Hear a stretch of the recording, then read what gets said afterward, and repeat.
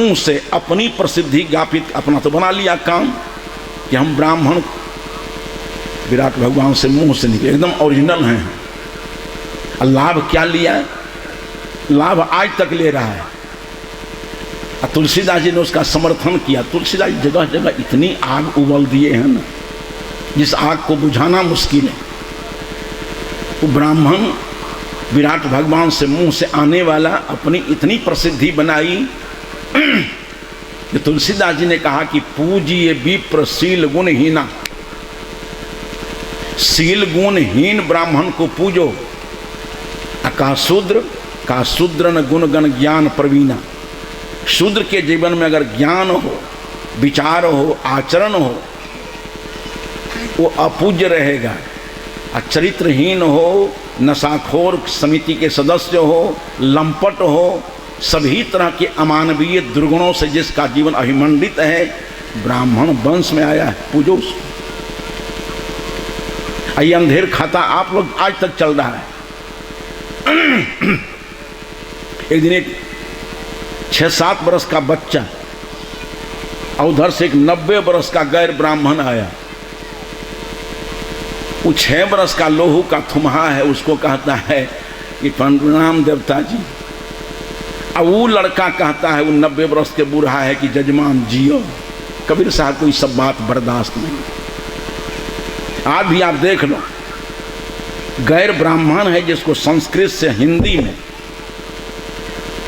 अंग्रेजी से हिंदी में रूपांतरण करने, संपूर्ण संस्कृत साहित्य को हिंदी में रूपांतरित करने की क्षमता है, वो बेचारे नीचे पुआल पर बैठ करके सुनता है। लीख लोढ़ा पर पत्थर मंच पर बैठ करके व्यास गद्दी लगा रहा है। जिसको सुनने आता नहीं है वो सुना रहा है, जिसको सुनाने आता है पुआल बैठा हुआ। अंधेर खाता अभी तक चल रहा है। शुरू में बिगाड़ हुआ है। एक दिन कथा में कह रहा था आदमी कि किसी आदमी के यहाँ गौ है, अब पड़ोसी के यहाँ गदही है। अब गौ ब्रह्मचारिणी है, कभी पाल खाती नहीं है, गर्भ धारण करती नहीं, दूध की कोई आशा ही नहीं है। अब पड़ोसी के यहाँ गदही है, वो समय पर पाल खाती है, समय पर बच्चा देती है, और 5 सेर दूध भी। तो समय से पाल खाने वाली, समय से बच्चा देने वाली, और दोनों शाम दूध देने वाली भी गदही है। और गौ ब्रह्मचारिणी है जो गर्भ धारण नहीं करती है, बच्चा देने की संभावना नहीं है। पूजा किसकी होगी? दूध देने वाली गौ की कि दूध देने वाली गदही की कि दूध नहीं देने वाली गौ की? कहा नहीं, गौ की पूजा होगी। कहा उसी तरह से ज्ञानहीन चरित्रहीन ब्राह्मण है तो दूध नहीं देने वाली गौ की तरह है, और शूद्र जो है ज्ञान गुण विचार आचरण से पवित्र है तो दूध देने वाली गदही की तरह है। वो कभी उस गदही की पूजा नहीं हुई, शूद्र की पूजा नहीं। कितना बड़ा अन्याय हुआ समाज में। एक जगह इसलिए महात्मा गांधी ने एक बार कहा था कि तुम्हारे शरीर में कोई रोग लग जाए, प्रयास करो कि शरीर में रोग नहीं लगे, निरोग जीवन जियो। कदाचित शरीर में रोग लग जाए तो शरीर सावधिक 150 बरस तक रहेगा ये शरीर, तो दुर्गंधी 150 बरस तक न रहेगी जी। तो शरीर सड़ जाए तो कोई इतना हर्जा नहीं है, विचार को नहीं सड़ने देना। अगर विचार सड़ गया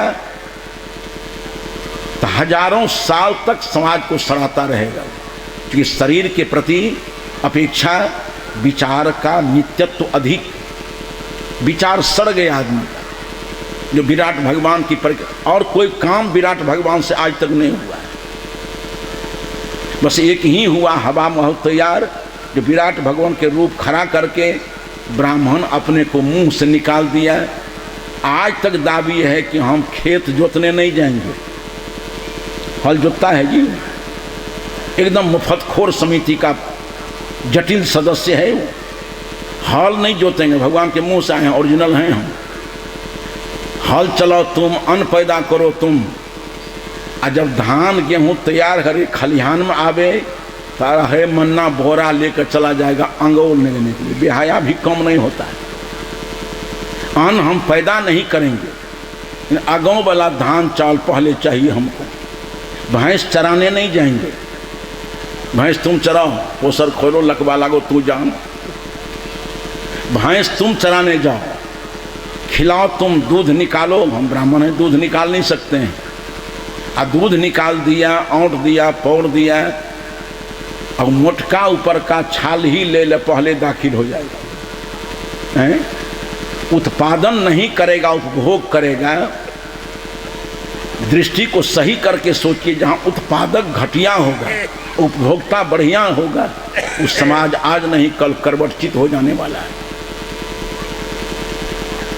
लेकिन पहले भी इसने रास्ता साफ कर लिया कि हम तो ओरिजिनल, हमारी पूजा करना, हमारा प्रणाम करना, हमको खिलाना, दूध देना, नमस्कार आदर देना, बड़ी भूल हो गई शुरू में। विराट भगवान नाम की कोई चीज नहीं। वेद में एक जगह आया है कि ब्राह्मण सहस्र शीर्षा पुरुषः सहस्राक्ष सहस्रपात, ये सहस्र ग्रीवा वाला, सहस्र सिर वाला, सहस्र भुजा वाला जो विराट समुदाय है, ये विराट भगवान है। उसी का असर हम लोगों के जीवन में आज भी जहाँ तहाँ है। 5 लोग जहाँ उठते हैं, 5 आदमी, सहसा लोगों के मुंह से निकल जाता है कि पंच परमेश्वर यहाँ बैठे हुए हैं। इसी जनसमूह को विराट भगवान लोगों ने कहा। अब विराट भगवान के मुंह से निकल गया, इसलिए ब्राह्मण हो गया वो। तो साहब कहा कि हम तो कम से कम अकेले हैं, अल्पमत में हम भले हो जाए, तुमको बहुत में तुम बहुमत में रहो, तुम सर्वसम्मत नहीं होगा, अकेले उसका विरोध करने वाले हैं। जो किताबी ज्ञान पर हमारा चिंतन वचन आचरण नहीं चल रहे हैं।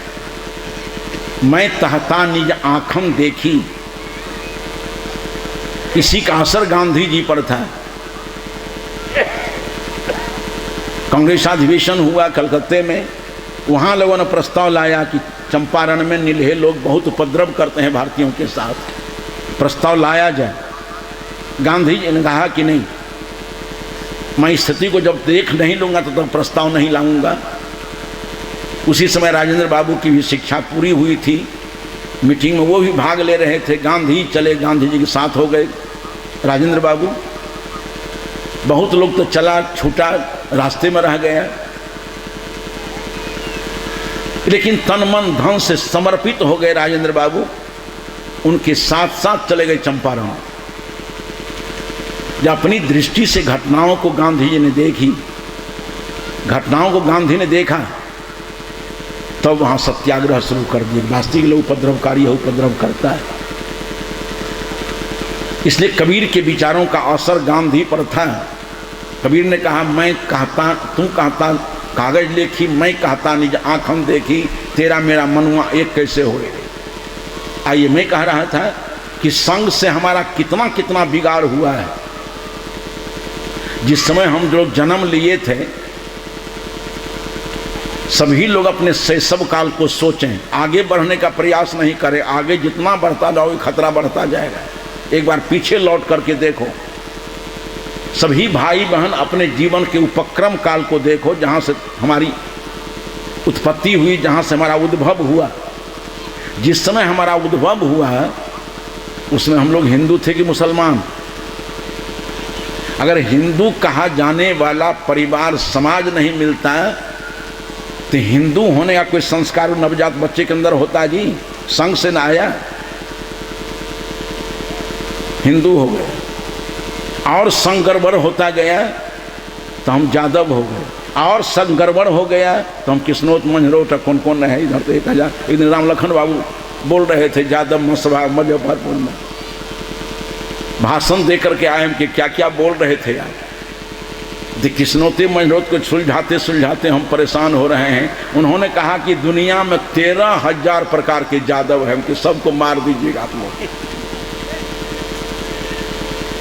ताइए मैं कह रहा था, ये जिस समय हम लोग जन्म लिए थे हिंदू थे क्या? ईमानदारी से कहिए। अगर हिंदू कहने वाले परिवार और